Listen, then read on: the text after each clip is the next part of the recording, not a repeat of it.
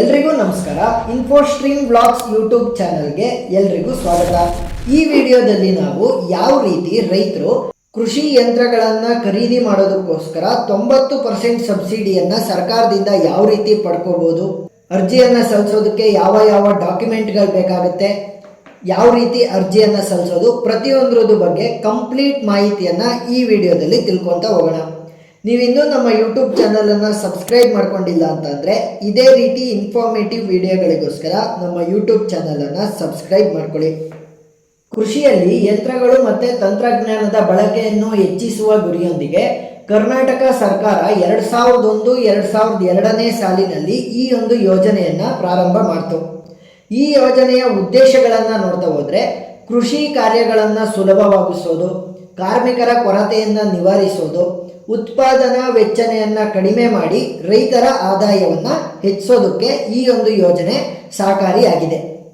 ಈ ಒಂದು ಯೋಜನೆಯ ಪ್ರಮುಖ ಲಕ್ಷಣಗಳನ್ನು ಅಂದರೆ ವಿಶೇಷತೆಗಳನ್ನು ನೋಡ್ತಾ ಹೋದರೆ ಸಬ್ಸಿಡಿ ದರ, ನೀವೇನಾದ್ರೂ ಸಾಮಾನ್ಯ ರೈತರಾಗಿದ್ದರೆ 50% ಸಬ್ಸಿಡಿಯನ್ನು ಕೊಡ್ತಾರೆ. ಯಾವುದಾದ್ರೂ ಕೃಷಿ ಉಪಕರಣಗಳನ್ನು ಖರೀದಿ ಮಾಡೋದಕ್ಕೋಸ್ಕರ 50% ಸಬ್ಸಿಡಿ ಅಂದರೆ ಗರಿಷ್ಠ 1 ಲಕ್ಷ ರೂಪಾಯಿ. ನೀವು 2 ಲಕ್ಷ ರೂಪಾಯಿಯಿಂದ ಐಟಮ್ ಏನಾದ್ರೂ ತಗೊಂಡ್ರೆ ನಿಮಗೆ 1 ಲಕ್ಷ ರೂಪಾಯಿ ನಿಮಗೆ ಸಬ್ಸಿಡಿ ರೀತಿಲಿ ಕೊಡ್ತಾರೆ. ಅದೇ ನೀವೇನಾದ್ರೂ SC/ST ರೈತರಾಗಿದ್ದರೆ 90% ಸಬ್ಸಿಡಿ, ಗರಿಷ್ಠ ಮೊತ್ತ 5 ಲಕ್ಷ ರೂಪಾಯಿ.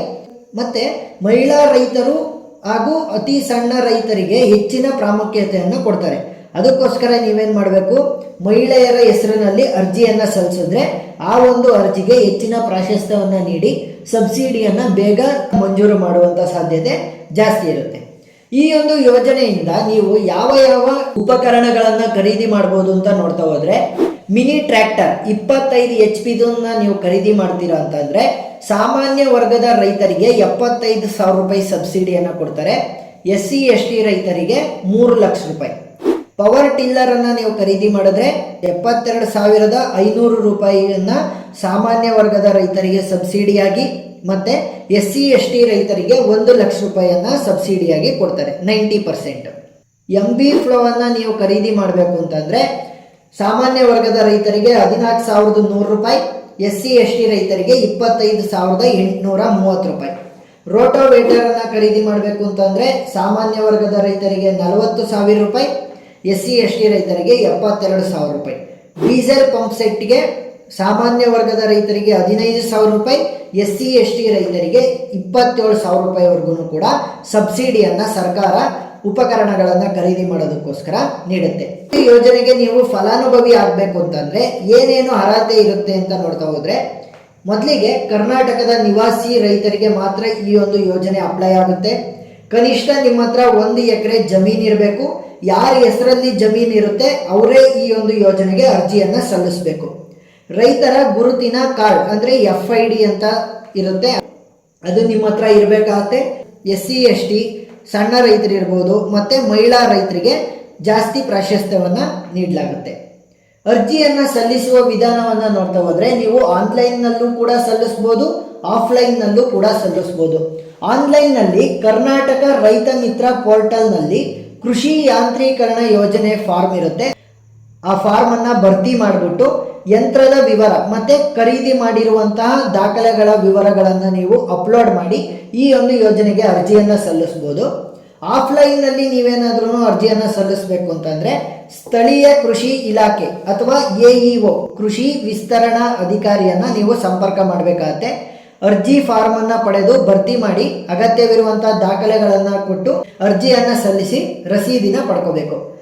ಈ ಒಂದು ಯೋಜನೆಗೆ ನೀವು ಅರ್ಜಿಯನ್ನು ಸಲ್ಲಿಸಬೇಕು ಅಂತಂದರೆ ಯಾವ ದಾಖಲೆಗಳು ಬೇಕಾಗ್ತವೆ ಅಂತ ನೋಡ್ತಾ ಹೋದರೆ, ಆಧಾರ್ ಕಾರ್ಡು, ಇಲ್ಲ ಅಂತಂದರೆ ಮತದಾರರ ID ಅಂದರೆ ವೋಟರ್ ID ಇರಬೇಕು, ಇಲ್ಲಾಂದರೆ ಆಧಾರ್ ಕಾರ್ಡ್ ಇರಬೇಕಾಗತ್ತೆ.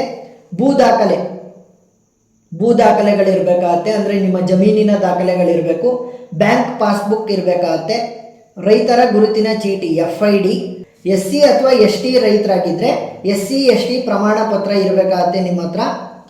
ಯಂತ್ರ ಖರೀದಿ ಉಲ್ಲೇಖ ಅಂದರೆ ಯಾವ ಯಂತ್ರನ ನೀವು ಖರೀದಿ ಮಾಡಬೇಕು ಅಂತ ಇರ್ತೀರಾ ಅಲ್ಲಿ ಶೋರೂಮ್ಗೆ ಹೋಗ್ಬಿಟ್ಟು ಅಲ್ಲಿ ಇನ್ವಾಯ್ಸನ್ನು ಪಡ್ಕೊಂಬರ್ಬೇಕಾಗತ್ತೆ. ಆ ಇನ್ವಾಯ್ಸನ್ನು ನೀವು ದಾಖಲೆ ರೂಪದಲ್ಲಿ ಕೊಡಬೇಕು. ಆ ಇನ್ವಾಯ್ಸ್ ಮೇಲೆ ಅದು ಎಷ್ಟು ರೂಪಾಯಿ ಬೀಳುತ್ತೆ ಅದರ 50%. ನೀವೇನಾದ್ರೂ ಸಾಮಾನ್ಯ ವರ್ಗದ ರೈತರಾಗಿದ್ದರೆ ಅಥವಾ SC/ST ಆಗಿದ್ದರೆ ನಿಮಗೆ 90% ಸಬ್ಸಿಡಿಯನ್ನು ಸರ್ಕಾರ ನೀಡುತ್ತೆ. ಈ ವಿಡಿಯೋದಲ್ಲಿ ನಾವು ಯಾವ ರೀತಿ ರೈತರು ಕೃಷಿ ಯಾಂತ್ರೀಕರಣ ಯೋಜನೆಯಿಂದ 90% ಸಬ್ಸಿಡಿಯನ್ನು ಪಡ್ಕೊಂಡು ಕೃಷಿ ಯಂತ್ರಗಳನ್ನು ಖರೀದಿ ಮಾಡ್ಬೋದು ಅಂತ ತಿಳ್ಕೊತಾ ಹೋದ್ವಿ. ಇದೇ ರೀತಿ ಇನ್ಫಾರ್ಮೇಟಿವ್ ವಿಡಿಯೋಗಳಿಗೋಸ್ಕರ ನಮ್ಮ ಯೂಟ್ಯೂಬ್ ಚಾನಲನ್ನು ಸಬ್ಸ್ಕ್ರೈಬ್ ಮಾಡ್ಕೊಳ್ಳಿ. ಧನ್ಯವಾದ.